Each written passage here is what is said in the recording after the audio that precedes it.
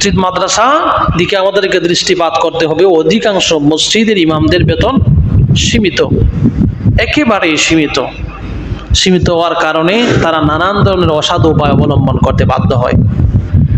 আমি অনেক ইমামের সাথে পার্সোনাল কথা বলেছি যে আপনারা এই কলা কেন করেন। তারা বলল যে হুজুর আমরা তো সব বুঝি, কিন্তু পাবলিক তো বুঝে না। এমনিতে দাওয়াত দিয়ে হাদিয়া দিবে না যদি কোনো পলিসি অবলম্বন না করে। না, একটা সিস্টেম করে পাবলিক থেকে টাকা নিতে হয়, এমনিতে দেয় না। হাদিয়া দেয়া নেয়া সুন্নত, এমনিতে পাবলিক কিন্তু হুজুরের হাদিয়া দেয় না। হয়তো আপনারা মিলাদ পড়াবে নিয়ে, না হয় খতম পড়াবে, আর না হয় আপনাকে একটা কিছু করাবে, তারপরে হাদিয়া দিবে, এমনিতে দেবে না। এমনিতে হাদিয়া দেওয়া কিন্তু সুন্নত। আর আমরা কি একটা কিছু করাই, দেখবেন আপনি যার পুক করলে আপনাকে কেউ অর্থ দিবে না, তাবিজে একটা লিখে দেন আপনার টাকা দিবে। আপনি যদি 1 ঘন্টা পুইরা তারা ফু দেন, বিভিন্নভাবে পানি পড়া দেন, 1 পয়সাও দিবে না। তাবিজে একটা লিখে দেন, আপনি হাদিয়া নিশ্চিত। কারণ মানুষ এমনিতে দিতে চায় না, কিছু একটা করে নিতে চায় করে। এই জন্য আমাদেরকে বুঝতে হবে যে আমরা সুন্নত যে তরিকাগুলো আছে এগুলো আমরা বাদ দিয়ে আমরা আমাদের মন গড়া পথগুলো অবলম্বন করেছি। এই জন্য কিয়ামতের ময়দানে ওরা অসংখ্য মুসল্লিরা ও আসামির কাঠ গড়ায় দাঁড়াবে যদি তাদের মসজিদের ইমাম কষ্ট করে। আলহামদুলিল্লাহ আপনারা মোটামুটি খারাপ দেন না, ভালো দেন, কিন্তু অন্যান্য মসজিদের কথা বলছি। বর্তমান সময়ের জন্য ভালো না, কিন্তু বর্তমান সময়ের জন্য কি ভালো না। মানুষ যে কষ্ট করে এটা আমাদেরকে বুঝতে হবে।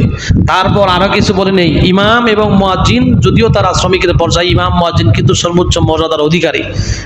তাদের উপর হুকুম জারি করার চেষ্টা করবেন না। তাদের দায়িত্ব কি এটাকে বুঝতে হবে। ইমামের দায়িত্ব কি, আমার দায়িত্বটা কি? আমার দায়িত্ব 5 ওয়াক্ত নামাজ পড়ানো, জুমার বয়ান করা, এটা আমার বেসিক দায়িত্ব।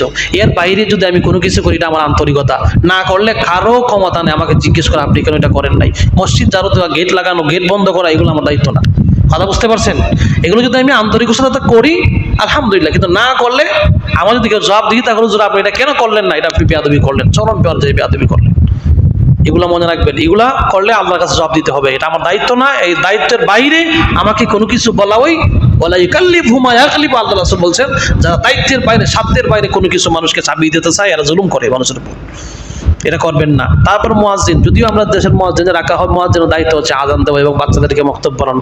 এর বাইরে অতিরিক্ত দায়িত্ব আমরা করিয়ে থাকি, যেহেতু এটা আমাদের দেশের অর্থনৈতিক দুরবস্থার কারণে।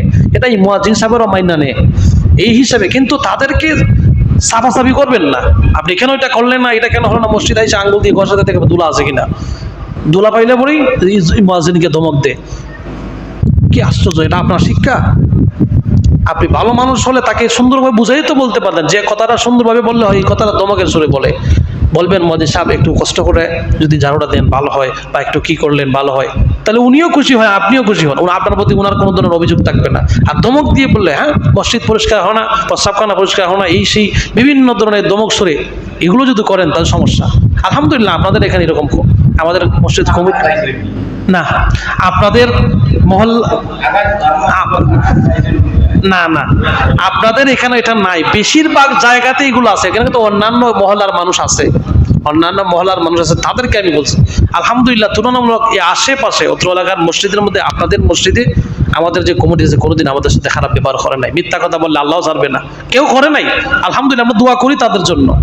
আমরাও মানুষ, তারাও মানুষ, আমাদের ভুল হতে পারে, তাদেরও ভুল হতে পারে। কিন্তু অন্যান্য মসজিদের অবস্থা, আমার কিছু বন্ধু বান্ধব তাদের এই দুরবস্থার কথা বলে, এই দুঃখ থেকে আমি বলছি। এখানে অন্যান্য মহল্লার মানুষ যারা আছেন তাদের উদ্দেশ্যে আমি কথাগুলো বলছি।